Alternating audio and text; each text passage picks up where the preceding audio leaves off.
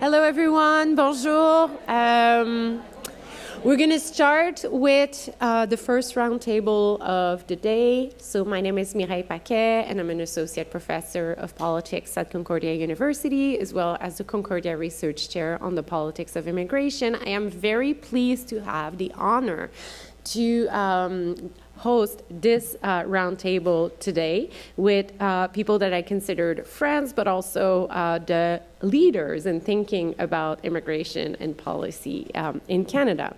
And so today the roundtable will be focusing on new trends in Canadian immigration policies, but also thinking about the evolution of policies in Canada from a comparative perspective. And I'd like to begin by introducing our speakers today. So we have 4 people on the stage with me.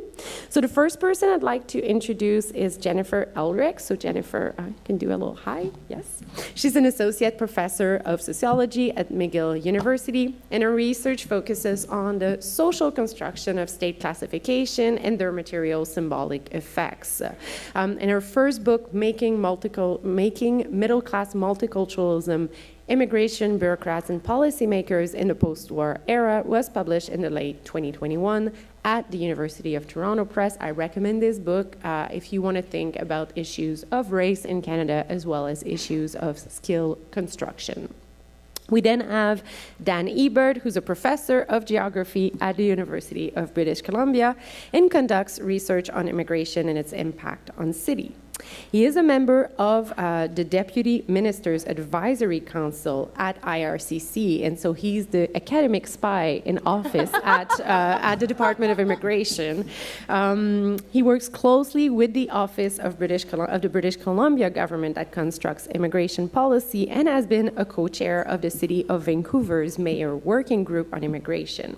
And as I was saying, since September 2021, he has been seconded to IRCC as an academic in residence, and he's affiliated there with the strategic and program policy sector. So someone who can tell us a lot about immigration policy and its evolution in Canada from the inside.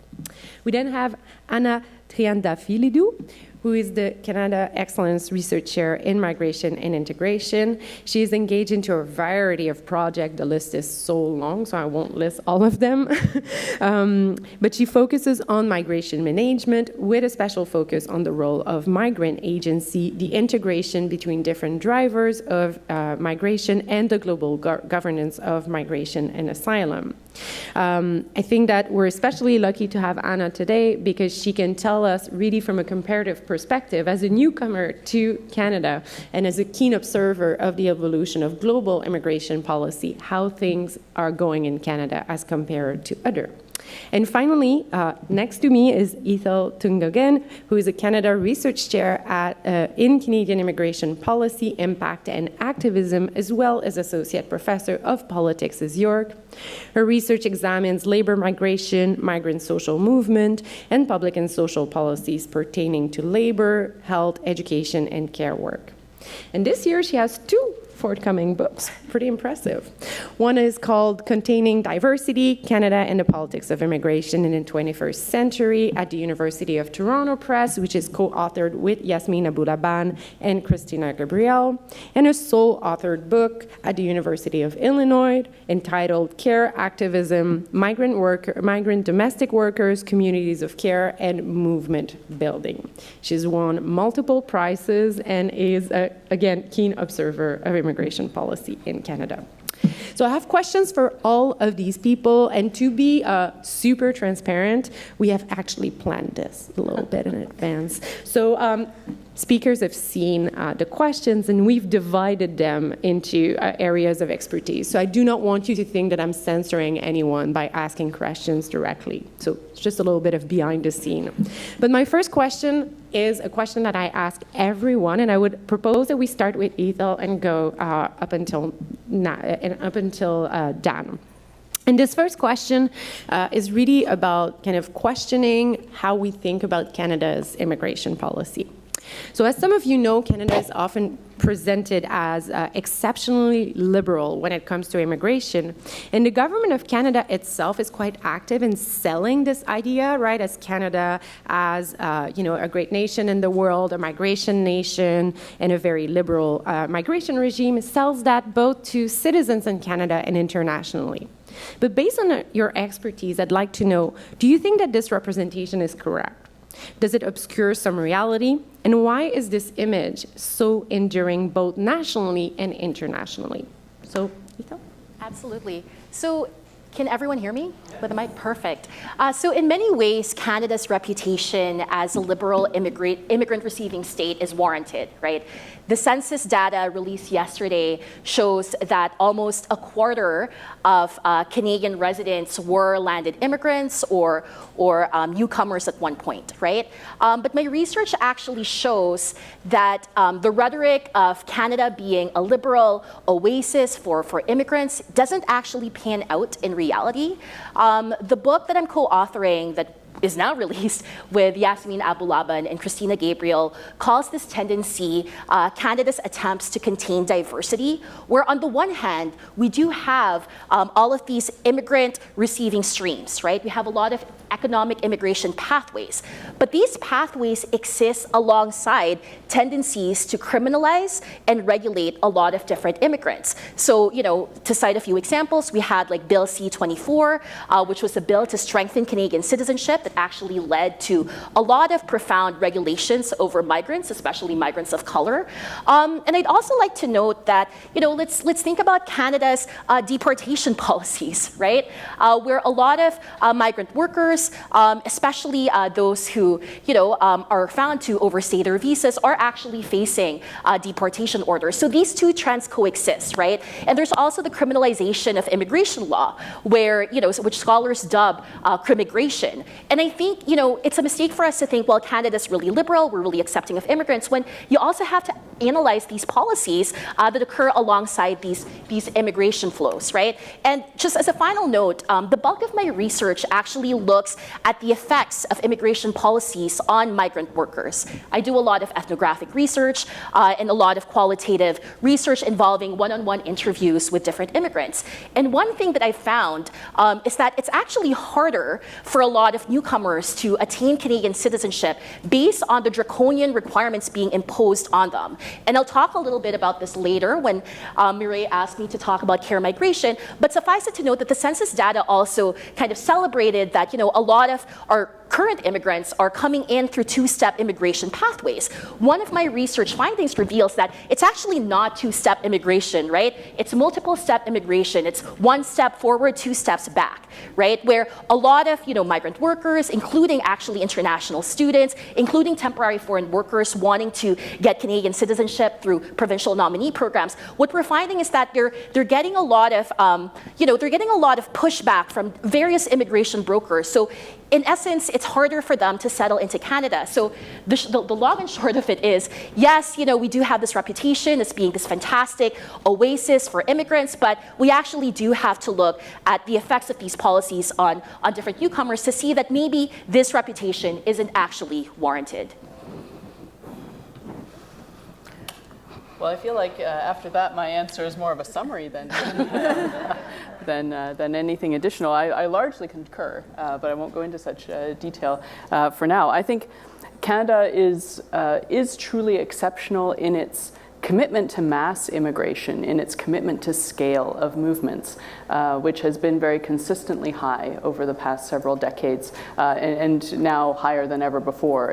If in the early 2000s we were consistently bringing in over 250,000 permanent residents a year, leaving aside the temporary residents, which are also growing in number, the number of permanent residents we're now willing to bring in is north of 400,000 a year, and the numbers for temporary admissions are comparably high, if not higher. And I think this commitment to a mass immigration system is exceptional. And I think the reality that gets obscured in the press about that. Oh, sorry, I should add that I think it's also perceived as exceptional in the sense that this mass immigration does not lead to the type of political polarization on the surface anyway that it has done in other national contexts. I'll say a bit more about that later. I don't think it's as easy as that, but we're at least on the surface it appears not to be causing the same political ripples and populist backlash superficially on the surface, I say. So I think we're exceptional in that sense, and I think this reputation obscures the fact that individuals' experience of this mass immigration system and their reception in society after they've immigrated varies greatly. I think it varies greatly along several lines, but foremost along our perceived notions of skill. As the senator said in her speech, these social constructions of high versus low skilled, and what we impute onto those categories as immigrants' putative value to society. So I think the realities of the experience and reception long term under this system diverge along immigration categories, foremost permanent resident categories versus temporary admissions categories, but also within those categories. I think there are temporary and two-step programs for so-called high-skilled persons, the Canada Experience class, where people fare comparatively well. And there are categories under the permanent residence class, categories perceived as slightly less skilled, say families, permanently resettled refugees who are counted under the permanent admissions, fare significantly less well. So I think there is great diversity under the bubbling under the surface of this stellar reputation. I'll go next. Well, first of all, thank you, Mireille, and thank you, the organizers, for a great conference, and I'm looking forward to the next two days. I feel a little bit like an imposter in being in the Canada panel because I only arrived in Canada 3 years ago. On the plus side, I'm Greek by origin, and I lived my life in different European countries, mostly in Italy, which I consider my second home. And I arrived with my family 3 years ago. On the plus side, I've gone through temporary work permit, getting a PR. I got my PR card in May 2022. So, and I think it was an exercise in humility, although I was very much supported by my university and even had the lawyer to hold our hand throughout the process. And I can testify that you need certainly an MA in governance to go through the PR system. I also want to say that one thing that I've been struggling in the last 3 years, and I think is relative to our question, is coming to terms with this idea that I'm a settler. And although I knew academically about it, it's very difficult to really understand in a more profound way. And I'm not sure what land we're on in Montreal, I confess, but I can say I really find that, like Toronto, where I live, is the dish with one spoon territory from the traditional land of the Anishinaabe, the Haudenosaunee, and the Mississaugas.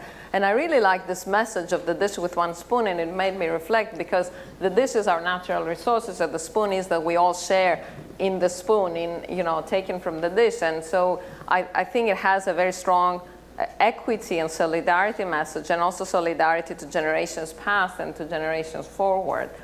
But yet, still having said that, it is not easy for someone who is, I hope I can say, new Canadian to come to terms with this past. So I think this is one of the silences of our, and I'm allowed even in Canada, like I lived in Italy for nearly 15 years. If I said we in Italy, I think my best friends would say like we. And in Canada, I can say we have this liberal policy. So I think this is one of the silences. The other silence that I found is, this whole discussion that I think Jennifer and also Ethel mentioned, the two-step versus one-step. So we have to acknowledge the geography of Canada that allows for the country to have this very proactive management, very high control management of immigration. And that has, I think, also allowed for immigration to be part of the national narrative. And on that, I want to disagree respectfully with Ratna Omidvar. I don't think Canada can be compared with Germany in any meaningful way, except for the two countries being, federal polities. Because of course, when I talk to my colleagues and friends in Europe, and I actually boast about all the good things of Canadian immigration policy, they say, yeah, you have 3 oceans in the United States. It's easy to say that, and I know that for a fact, having lived all my previous life and having studied Europe. So, and if one asks me, I think our best comparator is Australia. Plus a generous refugee policy for Canada that I really feel proud of, even if it is not perfect, for sure. It's not perfect. So my concern is about brain drain and about one step, two step. So first of all, that we never consider, and yesterday, we were all congratulating ourselves about the census and also about, for instance, the Urbanoronics data stating that the public opinion and related to a past conversation that we had, there must be something that the government is doing right, because the public opinion thinks the government is doing well. We are doing well. Immigration is a good thing. So, but we never consider brain drain. We never consider that all of these talented people that come here, and even if they find their niche in the Canadian labor market, are resources depleted from their countries and have been educated in those countries with the cost of being paid by the governments of these countries, and to a certain extent, of course, of their families. So that is something, and I don't know how to tackle that, but that is another silence that I see. And the third silence is the one that you said, Jennifer, about the 2-step versus 1-step. And I have to say, I don't know how many people in this room are aware, Canada is, to the best of my knowledge, one of the very few, if not the only country, where you can arrive on day 1 as a permanent resident without having set foot on the country before.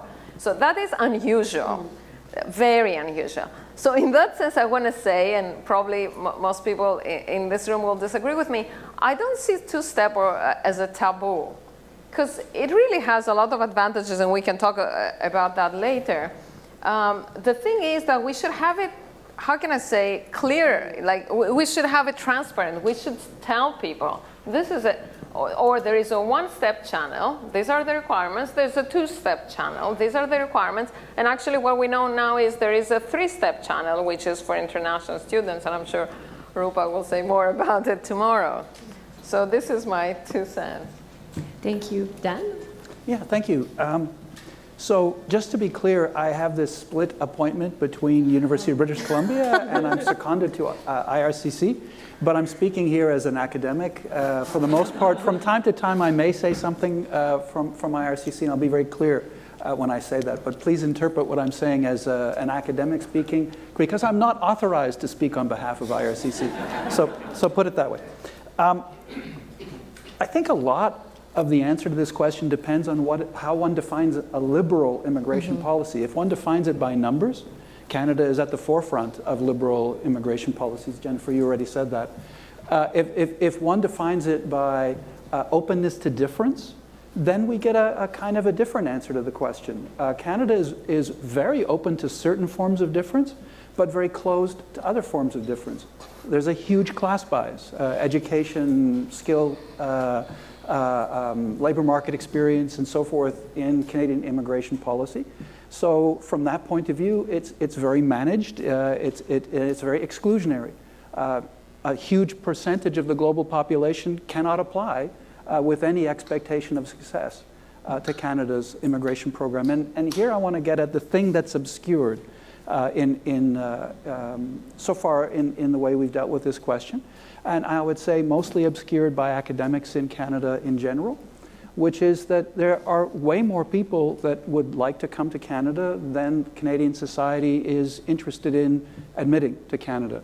And you can paint that any way you like, but that's the basic arithmetic of the matter. Gallup did an international survey about 6 or 7 years ago, where they estimated that about 50 million people around the world have Canada as their first choice destination. And if the government of Canada came to the Canadian population and said, we want to admit 50 million people, we would get very different answers to the sort of public enthusiasm for immigration. So the question then becomes, and let's quickly take a diversion onto the protection side. So something close to 100 million people are now displaced. Canada is taking less than 1% of that population. In fact, quite a lot less than 1% of that population in all of its refugee and humanitarian programs combined. So here's the challenge to academics and anybody, really. If you can think of a way of having a non-discriminatory immigration policy that somehow enables Canada to get the number that the population wants and have a very fair way of dissuading everybody else from applying, you should apply tomorrow to get a job at IRCC, and you could teach the ministry an even better way to do it than we're doing it now. So it's a really difficult question, how to calibrate the massive demand for people to come to Canada with the not so massive interest on the part of the Canadian population to admit people. Thanks. Thank you so much. My next question kind of builds a little bit on that, but also points that were raised in earlier interventions. I think that we need to be honest that Canada has a racist and exclusionary history of immigration policy, and that this history is actually not over. And so I'd like to ask especially Jennifer and Ethel, whose work have directly addressed these questions in different way. How is this history affecting current day policies and programs, and maybe also how new forms of racial exclusion are operating in Canada's immigration system? So I propose we start with Jennifer, who might be able to tell us a little bit more about the history, and then we'll go with Ethel. Thank you. Yes, well, this actually gets to the topic of the book, my book that you've mentioned that has come out, that looks historically at this very famous transition in Canada from, a so-called, or an actually racist exclusionary policy based on national origins, group national origins, to one that is so-called universal or non-discriminatory. And if we're going to talk about the continued role of race in selection policies in Canada, I think this is a very important moment, because quite often this transition is framed as one where, beforehand race mattered, national origins mattered, and afterwards they didn't. And this sort of narrative of the disappearance of race within permanent resident entry categories is very powerful. And what I illustrate in my book is that this transition was not about the erasure of race, but about managing racial diversity at the intersection of class. Just as Dan mentioned, we are relatively open to racial diversity as long as it is racially diverse persons of a very high socioeconomic status and middle class habitus. And I argue in the book that it was during the transition, this policy transition in the 1950s, 1960s, it was the work of immigration bureaucrats in IRCC, now IRCC, that baked these sort of class-based selection criteria into our current immigration system, which exists, which is carried on to the present day. And so I think if we're going to talk about the question of continued racial exclusion, I think we also have to think about two different moments. There's the question of who can enter the country, and then there's the question of who can belong to the country in the sense of truly be considered one of us. And I think they're different questions, because I think there's ample evidence that in terms of entry, our entry streams are incredibly racially diverse. If you look at the top 10 origin countries over the past several decades, I think this is evident, at least in the permanent entry streams. I'm actually going to stick to permanent because I feel like you're going to touch, probably, you're more of an expert on the temporary streams. I think there's definitely a different race story going on there in the correlation between origins and temporary migration programs, particularly seasonal agricultural workers and for caregivers. So we have the question of who can enter. And we also have this question of who can belong. And I think there, too, this intersection of race and class is very important, because I think we are very welcoming to people who are racially diverse, who have the appropriate socioeconomic status.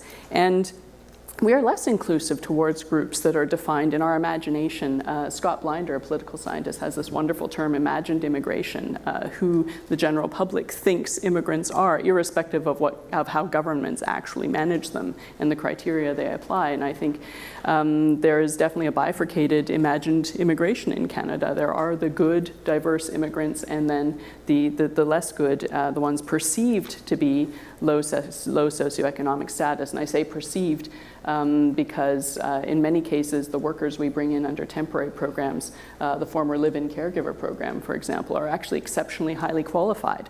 It's just that their allocation under government programs has led them to be defined as low-skilled or not as qualified.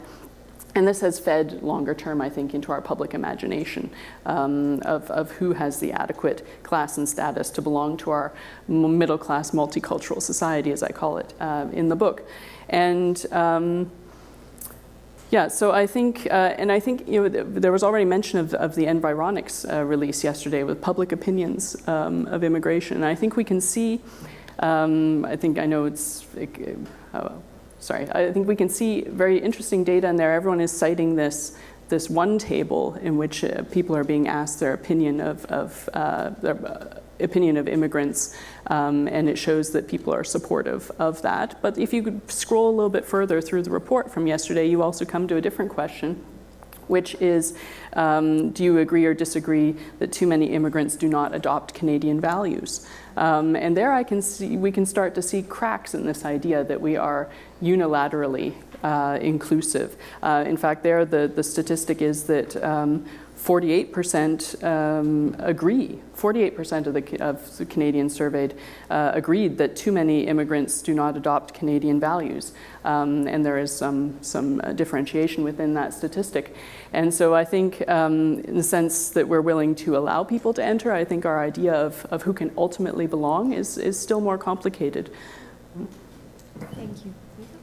Yeah, thank you so much, Jennifer, for that response. I mean, I think I'll add kind of an addendum to that, right? Like, I think the way racial exclusion in Canada operates is based on not only who can enter and not only in terms of our assessments of who belongs, but also who gets to stay, right?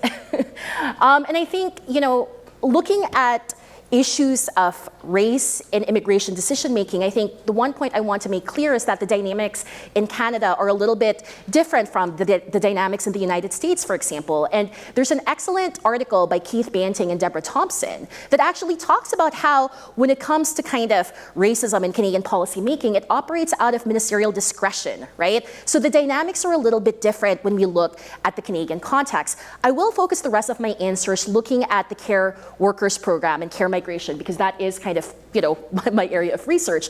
And I think I would argue that the policy legacy of the care worker program, where originally, care workers coming from Caribbean countries and in the Philippines were only given access to temporary resident permits compared to British and European women who were seen as the mothers of the nation and were automatically granted Canadian citizenship. I would argue that this policy legacy still exists. So I'm not going to go into detail about different permutations of the caregiver program, but suffice it to note that one question I have is, are we using different criteria to kind of prevent primarily global South care migrants from entering Canada, right? And one provocation I'd like to share in this room, if I may, is that one question I have is, are language tests just a way to kind of exclude and gatekeep migrant women from coming into Canada on a permanent basis? So a lot of my own work has involved talking to migrant care workers in the caregiver program. And one of the things they keep saying that is a huge barrier is they're required to get basically language level 7, so an intermediate level score to test their English language fluency, right? So for those of you who are familiar with care work, you don't need an intermediate level of English or French when you're engaged in kind of helping people bathe, helping feed people, you know what I mean? And so one provocation I have is, are these language tests actually doing what they're supposed to do, which is, we're assuming that these language tests, if you score high enough, then you can economically integrate into Canada. One provocation I have is, are these language tests actually tests of cultural competence and not tests of linguistic fluency? I've interviewed a lot of people who've taken the IELTS test, right? And how many people in this room have taken the IELTS test? There you go, right? And there's a component in the IELTS test where you're actually supposed to have an oral interview, right? And some of my informants have told me that the questions they were asked pertain to, well, what are your favorite winter sports, right? So are we actually testing people on the basis of their knowledge of French or English, or are we not actually testing them on their understanding of these cultural norms? So this is just one provocation, right? The other thing I'd want to note is that in Canada, we have a history of only conditionally accepting migrant workers, right? We saw this really, really clearly during the pandemic. Where on the one hand, borders were closed, but not for migrant workers from other countries because Canada needed to ensure that supply chains kept going, right? But what did the Canadian government and the Jamaican government do for Jamaican seasonal agricultural workers who were coming into Canada? In some cases, they asked Jamaican seasonal agricultural workers to sign waivers attesting that they will not sue the Canadian and Jamaican governments if they got COVID. So the question I ask is this, right? If we really do prioritize and value the essential skills given by these primarily racialized migrant worker community, then why not give them easier pathways to Canadian citizenship? So this is where I see racial exclusion as operating in hard to figure out ways in the Canadian system. Thank you. Yeah, there's a shared applaud here, but very quiet because we're very Canadian about it. So I'd like to now send a question in the direction of Anna. So just building a little bit on this idea of skill and in this idea of who's a skilled worker, we also know that economic and skilled migration are central to Canada's immigration program, both in terms of like the constructed categories, but also that we assign to people, but also in terms of what our objectives or official objectives are. And I'd like to ask you, because you've looked at this, how you think that the transformation of work, for example, things like the gigification of work or remote work, and the rise of advanced information technology, especially automation, which is talked about so much in the context of labor shortages, how do you think that this will affect immigration policies in the country? And do you think that we're actually living in this world of transformation when it comes to its effect on immigration and we just don't know about it? Yeah, I do think we have been facing this transformation. I think I'll abuse my position and say something in relation to what Ethel said. Well, I did the IELTS and they didn't ask my favorite sports, but I did get a lot of people telling me at school, oh, don't your kids skate? No, we come from, like we've lived in Italy for the last 12 years. No, we don't. But I also want to say, unavoidably, like we came here as soccer fanatics and we're becoming hockey fanatics. But I think that's part of the process, I guess. It's part of the process. And on this, in linguistic fluency and cultural competence, I mean, I totally agree with you, particularly about the temporary scheme, and I think that's what we were saying before. But I also think linguistic competence is necessary to have a public sphere. And the question perhaps is, should you, for which people you should ask to have this in order to get PR? Or whether you should make people PR and then tell them, okay, you have like 3 years to become a citizen, to apply for citizenship, then you need to get your language up. Because I think that is something, and in relation to citizenship, that is important, and particularly in diverse countries, that you still need to have a public space. It's not just about labor market. It's about reading the newspapers, watching TV or the social media, and knowing what is happening and being able to contribute. I'm happy to discuss this, and I suppose again we will discuss it in now and later. Coming back to the technological transformation, and of course that I think again relates to some of the things that Jennifer and Ethel just said about the racial aspect and the racializing aspect of Canadian immigration policies. I think we've been doing some work, and I personally have been doing some work on newcomers' engagement into digital platforms like Uber and similar. And I suppose probably all of us have used some sort of Uber, Skip the Dishes, and what have you in the last month. And probably the people in this room have thought, okay, who is this person? But many other people, like the average person in the street who doesn't work on immigration, hasn't thought about who are these people. And definitely what is interesting there is I went into this field with a younger colleague, Laura Lamb, and we were obviously thinking, oh, this is the worst kind of work you can do, and people are exploited, etc. And what we found is, of course, this is true, and we know this debate, and you know that in courts, actually, platforms have been losing, and there is a legal recognition that they're freelancers are not freelancers, they're actually workers. But what we're finding people are saying is that this is good work, and they say this is non-hierarchical, this is very low threshold for entry, I can work when I want to, and it's actually, particularly in the Canadian context, it fits with mine, particularly if I'm a newcomer, whether I am an international student, a temporary worker, or a PR.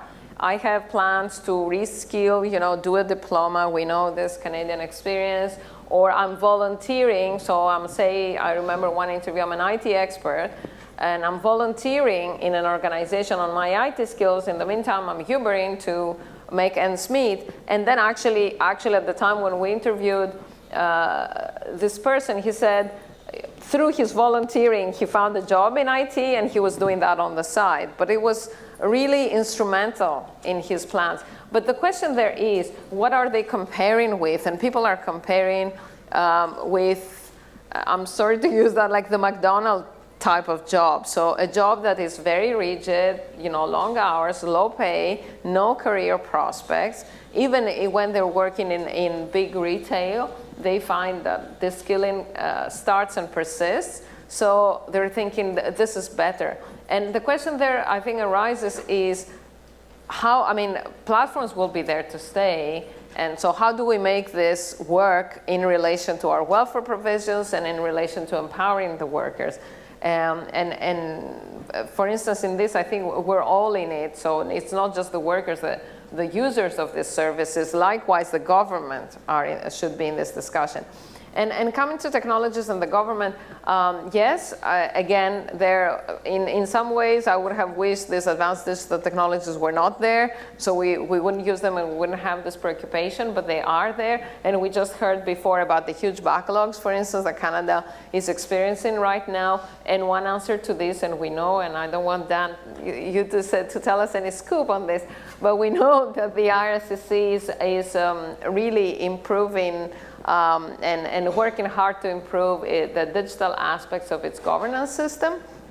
And I'm only dreading the moment when this passage will happen from the old to the new system, because you can imagine how many people's data are in there and how important this will be. But at the same time, and I want to say again, we have done some work on this with a younger colleague, Lucian Albandian, and what we have found, to the credit of IRCC, is that where, for instance, IRCC is using advanced digital technologies, actually AI, artificial intelligence, to triage visas, it is using them in a very mindful way, and there are a lot of checks and balances within. But having said this, I think it's going to be an uphill path, because we all have this tendency to think technologies are neutral and technologies will solve the problem, and that hides all the political aspects and all, for instance, the racializing and discriminatory aspects that policies can have and that AI systems can have, because they learn from past data, and data from the past incorporate this discrimination. Thank you, Anna. I think that Dan wanted to add something, maybe a scoop. No? Well, I wish. I just wanted, on the technology side, to just reflect for a second on a Statistics Canada report that came out about a year and a half ago. It was really in the depths of the pandemic, when so many people were not working at their regular job. They were working from home. And there was a fascinating graphic in that report that looked at the proportion of people working at home by income decile. So from the folks who earned the very least to the folks who earned the very most. And it was a perfect monotonic relationship upward, meaning that the lower your income, the more you have to work outside your home. The higher your income, the more choice you have on working remotely.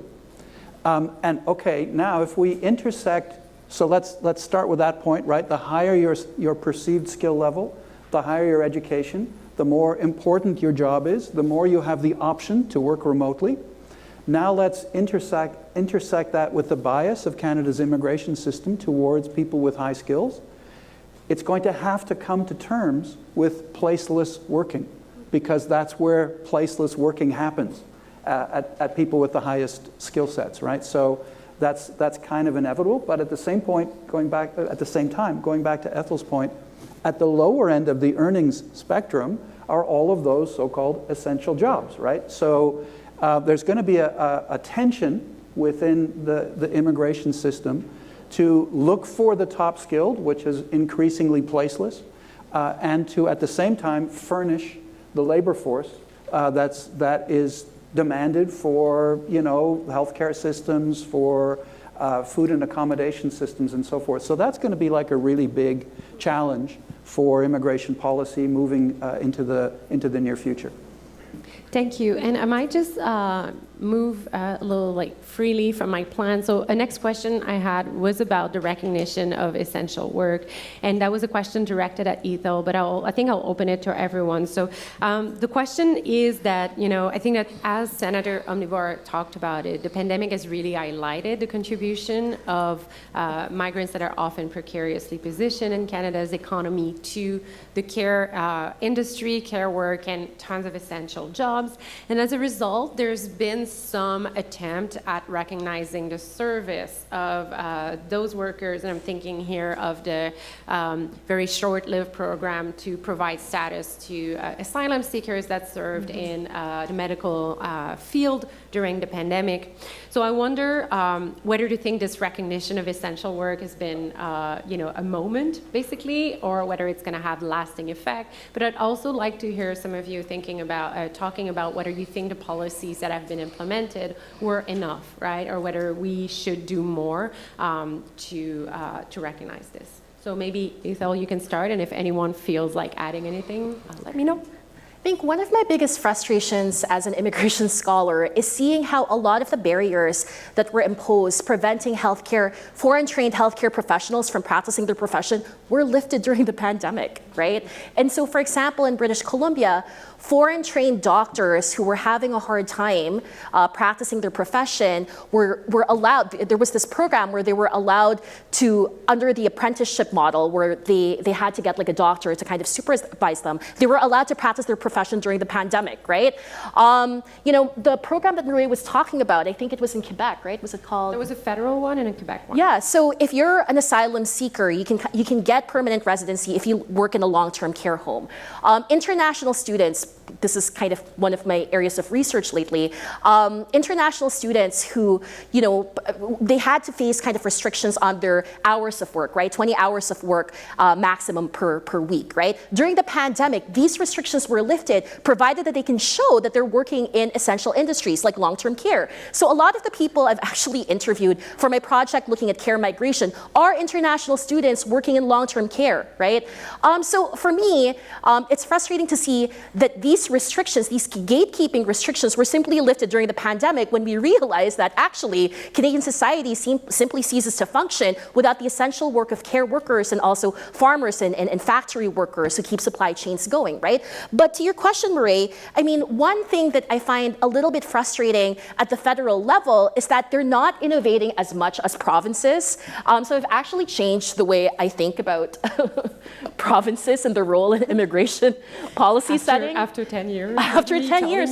I know, and we've had arguments about this too. I actually think some of the innovations are occurring at the level of the provinces. So to cite an example, Saskatchewan has this pilot project where they basically are saying they've partnered with Philippine healthcare institutions, right? Where they're saying that, prospective healthcare migrants who want to come to Canada as Canadian citizens, they can study for 2 years at these institutions, and then they have to move to Saskatchewan and finish their last year of studies and have their practicum in Saskatchewan, and then they can become permanent residents, right? So I think provinces are witnessing all of these amazing healthcare needs that have simply been amplified since the pandemic and are actually putting in innovations in order to meet, different Canadian families' caregiving needs. And so I do wonder, has the federal government really heeded the lessons of the pandemic? So to return to the caregiver program, if we really need more care workers in Canada, why, for heaven's sake, are we still imposing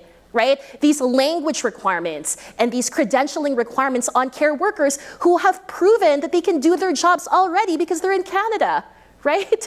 And so I think I'll end on a more personal note. The pandemic was really hard to witness for me personally, because I do have a lot of family members who work in support, in personal support as personal support workers. Some of them are care migrants, right? And to see kind of these rhetoric of, oh, they're the heroes who are essentially helping Canada recover from the pandemic. There's a disjuncture between this discourse of heroism and the barriers they're facing when attempting to regularize their status. So I think we could do better at the federal level, and I think we need to actually applaud different provinces for putting forward these innovative programs that actually help provinces meet their caregiving demands.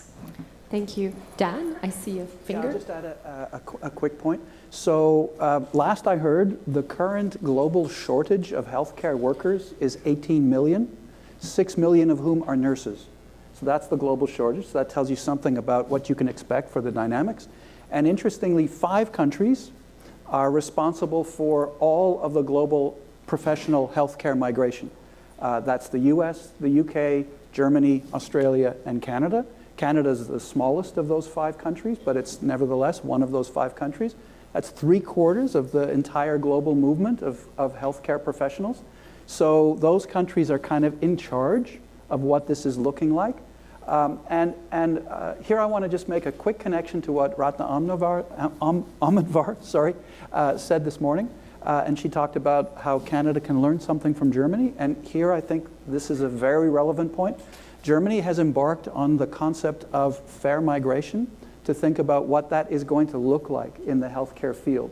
And they want to speak very much with source countries and with migrants in order to try to define what fair migration might look like. And that's something that I don't think we've thought about in Canada at all in terms of our immigration policy, but it's kind of a very important thing to think about now. Jennifer? I just wanted to add that I think the answer to this question is this recognition of essential workers, a blip, I think it has to go beyond immigration policy because, it is not just an immigration policy question. Yes, immigration policy adds, I would say, an additional layer of disadvantage for workers in those essential industries, in healthcare, in service work, et cetera. But we're talking, I think, about a more fundamentally social problem issue of how we value work. And we can change immigration policy to be as just as it possibly can be, but we're still dealing with economies, if we're talking about Canada, where we have a very strong division between the primary and secondary sectors.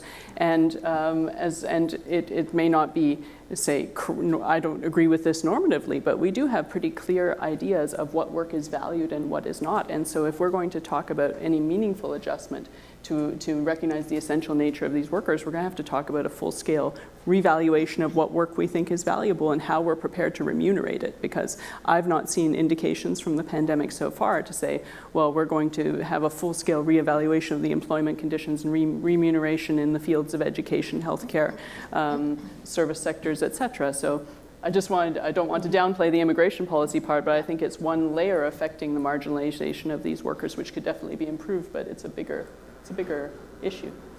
Thank you, absolutely. I'll then ask a question to Dan, direct a question to Dan. Still looking for some scoop, but probably never going to have it. So Canada, as you know, has ambitious immigration targets. You and I often talk about it, and these rely on, and the country relies on immigration for demographic renewal as well as to grow the workforce. I'm wondering, looking at current targets, because it's really the targets that we're after here. Do you think that these objectives are realistic? And also, are all these programs considering all the vulnerabilities of newcomers who are coming into the country? And are they also considering the reaction of the public to those new targets? Thanks. Okay. So I'd like to start answering this question with just outlining a few of what I think are truisms that need to be acknowledged before we really get to the answer. First truism is immigration has a big impact on the size of the Canadian population, but a tiny impact on the age structure of the Canadian population. So the idea that immigration can feed demographic renewal is kind of It's just like a misinformed idea. So, for example, the median age of a Canadian is 41. The median age of an immigrant is 32. So, to reduce the median age of Canadians by 1 year takes 4 million immigrants. To reduce the median age of Canadians by 2 years takes 8 million immigrants, right? So you're not going to have an appreciable, you're not going to make an appreciable difference on the old age dependency ratio, on any of the kind of demographic parameters that we talk about through immigration. That's just not going to happen. So that's the first truism. Second truism, employers love to have more potential workers. Employers always are petitioning, lobbying, whatever, the government to have a bigger immigration program, because that's what they like. They like to have as many workers to choose from as possible. And that leads to a third truism, which is Canadian employers uniquely among OECD countries favor discounted labor over investments in labor-saving technology. Canada has the very lowest level of added investment in capital investment in work per new added worker of all OECD countries, all 48 of them. Canada has the lowest ratio. So Canadian employers want extra workers, but they don't want to invest in labor-saving technologies because that's much more expensive. Think of it this way: it costs about $1 million to buy a bricklaying robot. It costs $20 an hour to bring in a person to lay bricks from another country, right? So Canadian employers are kind of addicted to the second of those solutions, and they're not favoring the first of those solutions. So, and last truism is newcomers compete most forcefully in the labor market with other newcomers, right? So when you bring in more newcomers, the people who have the most to lose in that particular process are yesterday's newcomers, right? They're the ones who are going to bear the brunt of that labor market competition. So let's kind of add those truisms together. What do you get? Immigration is going to provide lots of new workers in Canada, but it's not going to change Canada's demography. That's the first thing. Employers increasingly depend on immigrant workers, and that's been the case already. It's going to be the case even more so in the future.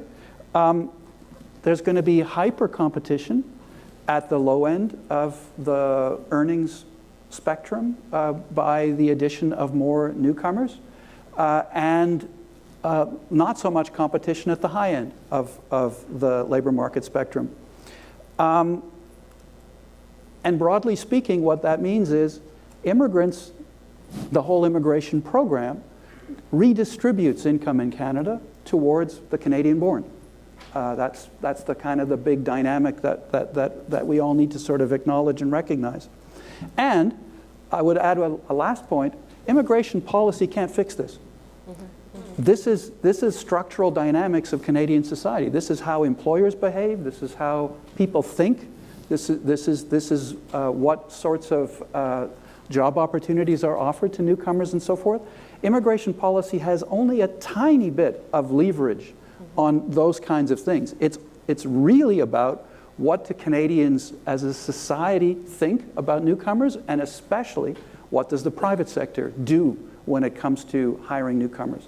And I'll just end with, again, I'm speaking here as an academic, not as a representative of IRCC, very, very clear on that. When Canadian employers are hiring at the top end of the labor market spectrum, they almost universally favor the Canadian-born. When Canadian employers are hiring at the bottom end of the labor market spectrum, they almost universally favor immigrants. And until we change that dynamic, good luck to changing the sort of issues of equality and so forth associated with immigration. Thank you, Dan. And since you were just, kind of preparing to tell us what we should do, I want to finish our discussion today with a question that I ask everyone in a panel, which is imagine that finally people are listening to you and that the government is asking for your opinion on what would be the most important reform to Canada's immigration policies or program.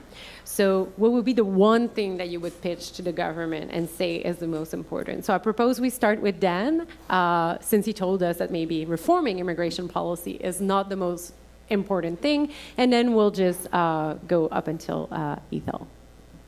Yeah, I'll just follow what I just said. I think the single most important thing that would be incredibly valuable would be if we could somehow find a way to make sure that the beneficiaries of immigration policy in Canada take on the responsibilities of the immigration system of Canada. So for example, I will identify two huge beneficiaries of immigration in Canada. The first is the private sector, and it is getting huge numbers of employees. The private sector needs to, in my opinion, change its practices with respect to its valuation of newcomers. And the second huge beneficiary of Canadian immigration policy is us, higher education institutions, making a huge amount of additional revenue. My university, just as a nice little encapsulation of this, receives $385 million a year in tuition fees from domestic students and $600 million a year in tuition fees from international students. It's an incredible beneficiary of Canada's migration and immigration system. What is its responsibility? What is our, as educators, responsibility for receiving this kind of benefit from the system? I don't think people are asking that question nearly enough, and I don't think people have well enough framed a response to that question, and that seems to me to be very important. Thank you.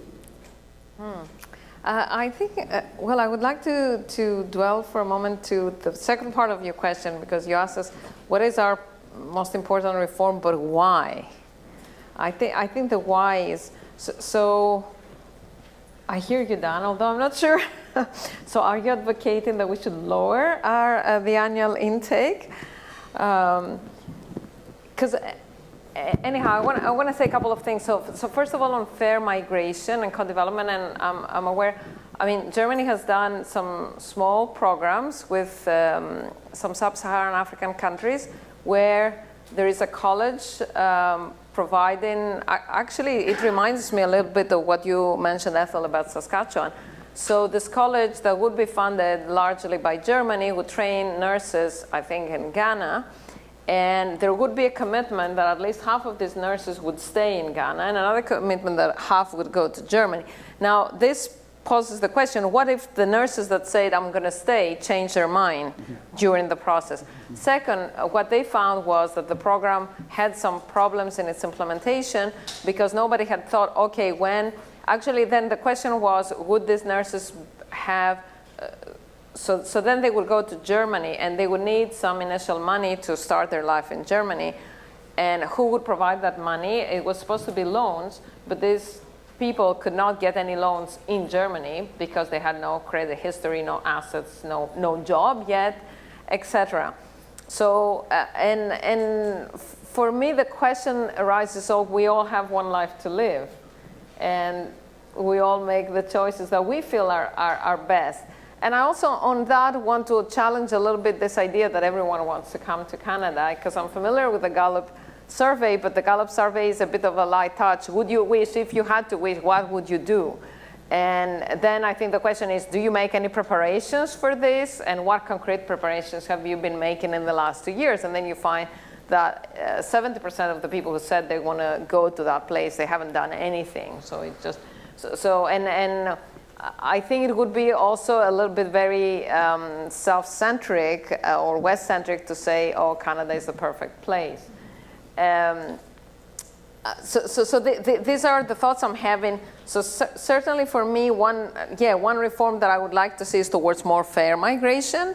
And in that sense, yeah, I think we need to experiment more. but I open and close the bracket about human agency and how, how much, and Ethel, probably that the argument has been made also for the provincial nominee program. What is the retention? So these people will be approved by Saskatchewan. They will stay for a year or two in Saskatchewan, and then they will leave. So what's in it for Saskatchewan? And people will leave Saskatchewan for the same reasons that other, like Canadian-born. The second question I want to ask is, who are the employers? Because I think in Canada, many employers are non-Canadian born. So I think that's, again, a question for further research. Why are these employers still so prejudiced against, the recent immigrants? And what's in it? Because there must be something in it about, the soft skills. So anyhow, my preferred reform would be, so one would be for more fair migration schemes of any kind. My second preferred would be how to change the point system and codify other elements that could be soft skills. Other elements that we have been thinking about is social capital, because we know, for instance, one pattern that we see, a young family of highly skilled people, say from South or Southeast Asia, comes to Canada. The woman works any kind of available job while the man tries to retrain or get the job in his field. And once the man does this, then probably the woman will try. But we know maybe the window of opportunity has passed in terms of age and the skilling, et cetera, et cetera. So I think that's where we need to, and also we know that this family has experienced a very steep downwards social mobility because they come from a middle class, upper middle class background, they're highly educated, and they come to a very difficult life, at least initially here. So that would be my second thought. And I know that IRCC has a difficult job there because it's easy for us researchers to propose experiments, but then how do you implement them? Thank you. Jennifer? Well, picking up on the topic of fairness, I think I have two concrete wishes of policymakers, if I could articulate them. One would be to step back a bit from this growth in different pathways that we have for immigrants. I think we built our reputation historically on the strength of our permanent resident admissions, which, as Anna said, are exceptional. Or was it you, Dan, where you say it's exceptional to have a system where you're granted a permanent right to stay in advance of ever setting foot in the country. And we fared quite well with that because that used to be our default. More or less, I think, in bracketing for a moment the temporary. But now, even for people who will eventually be granted permanent residence, we've come up with multiple and often complicated pathways for that, two-step pathways. Patricia Landolt and Lewin Goldring go even further in talking about a game of snakes and ladders, whereby people end up in a system where they're constantly asked to renew a permit. And it can be very detailed. It can be very difficult to navigate. You and I both have experience under this immigration system. I sponsored my spouse. So I have some insights into the messiness of it. And I think, moving forward, we have to move more towards the prioritization of permanent residence and or the two-step programs, but eliminating the game of snakes and ladders and streamlining the process, and definitely move away from this increasing dependence on temporary programs where people are never intended to stay. I mean, now that we're talking about remedying the issue with undocumented persons in Canada, this is not a conversation Canada has typically had to have because it's unlike the United States. We've not had very large populations of undocumented to consider regularizing. And so this is a problem of our own creation. And I think going back to our roots and also streamlining the process would be very beneficial. Another point on the topic of fairness, as I said at the outset, we are a country that has been committed for decades to mass immigration. And the prospect of hundreds of thousands of people a year entering and remaining here. And I think as long as we are committed to that large-scale immigration, and as long as we also are committed, at least on the public stage, to upholding human rights norms, I think we have to consider seriously the proportion of mass entries that we allocate for refugee resettlement and the admission of vulnerable people. A lot of states who are asked to step up say, oh, well, we can't take that many people. We do take that many people.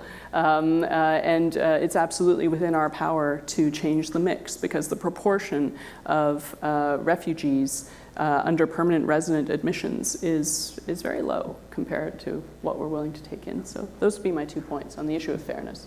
Thank you. And to finish. Yeah, so I'd like to draw people's attention to Migrant Resource Centre Canada. Some of my projects actually involved these socially engaged research partnerships with migrant communities. So the migrant workers that I've worked with actually have devised policy briefs where they've put in their own policy recommendations, one of which is to eliminate these barriers to them accessing permanent residency. Let's rethink the language test. Let's rethink the credentialing requirements, right?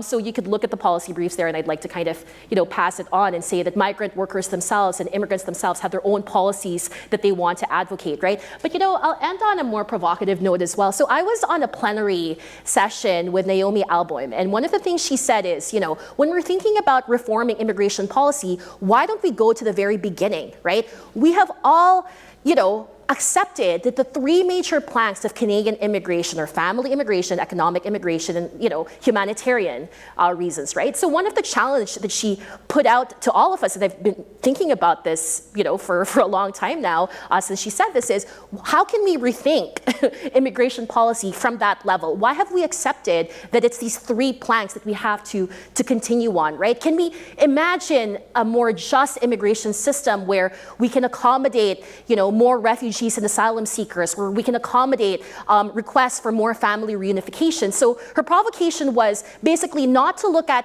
the policies that we've kind of accepted as given, but to actually go beyond that and think, well, why don't we have a creative exercise where we can imagine, are there better ways, or are there more socially just ways to create immigration policies in Canada? And that's something I wanted to share with you, because it strikes me that we keep going on this, well, it's obviously these three categories. Well, can we think beyond that, right?